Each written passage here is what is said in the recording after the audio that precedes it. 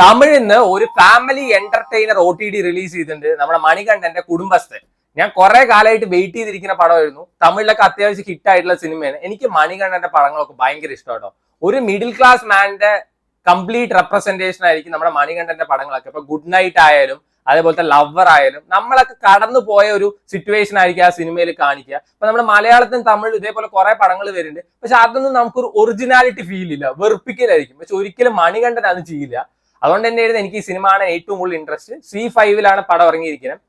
ഇപ്പൊ കുടുംബസ്ഥൻ സിനിമയിൽ നമ്മുടെ അണ്ണൻ വന്നിട്ട് ഫാമിലി മാൻ ആണ്. ഇതൊക്കെയാണ് യഥാർത്ഥ ഫാമിലി മാന്റെ കഥ, അല്ലാതെ ദേവരക്കൊണ്ടയുടെ ഫാമിലി സ്റ്റാർ അല്ല.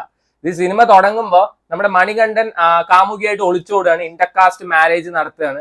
പിന്നെ അവരെ വീട്ടിൽ പോയിട്ട് ഉണ്ടാവുന്ന പ്രശ്നങ്ങളും കാര്യങ്ങളൊക്കെയാണ്. അതിന്റെ ഇടയിൽ ഭാര്യ പ്രഗ്നന്റ് ആവണം. സോ ഇത്രേ പറയുന്നുള്ളൂ, ഫുൾ കഥയൊന്നും പറഞ്ഞില്ല. ഇതൊരു ആദ്യത്തെ 15 to 20 മിനിറ്റ്സ് നടക്കുന്ന കാര്യങ്ങളാണ്.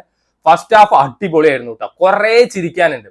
അതായത് ഈ സിനിമയത്തെ ഷോ സ്റ്റീലർ എന്ന് പറയുന്നത് മണികണ്ഠനല്ല, ഗുരു സോമസുന്ദരമാണ്. ഇവര് തമ്മിൽ ഒരു ടോം ആൻഡ് ജെറി വൈബാണ്. അതേപോലെയാണ്, രണ്ടുപേർക്ക് പരസ്പരം കണ്ടാൽ പറ്റില്ല.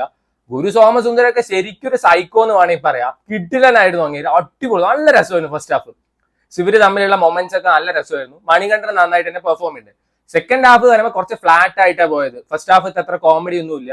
ഇതിൽ ഇമോഷണൽ സീൻസ് ഉണ്ട്. ഇമോഷണൽ സീൻസ് പറഞ്ഞാൽ ബാക്കിയുള്ള സിനിമാസ് പോലെ പാസം കുത്തിക്കേറ്റിലല്ല, നമുക്ക് വേണമെങ്കിൽ mixed in A perfect ratio എന്നൊക്കെ പറയാം. ഇങ്ങനെ ചോറ് ഉണ്ണാൻ ഇരിക്കുന്ന സമയത്ത് ഈ പാത്രം എടുത്ത് പോകുന്ന സീനൊക്കെ ഉണ്ട്, പലരും റീൽസിലൊക്കെ കണ്ടിട്ടുണ്ടാവും. അതൊക്കെ അടിപൊളിയായിരുന്നു.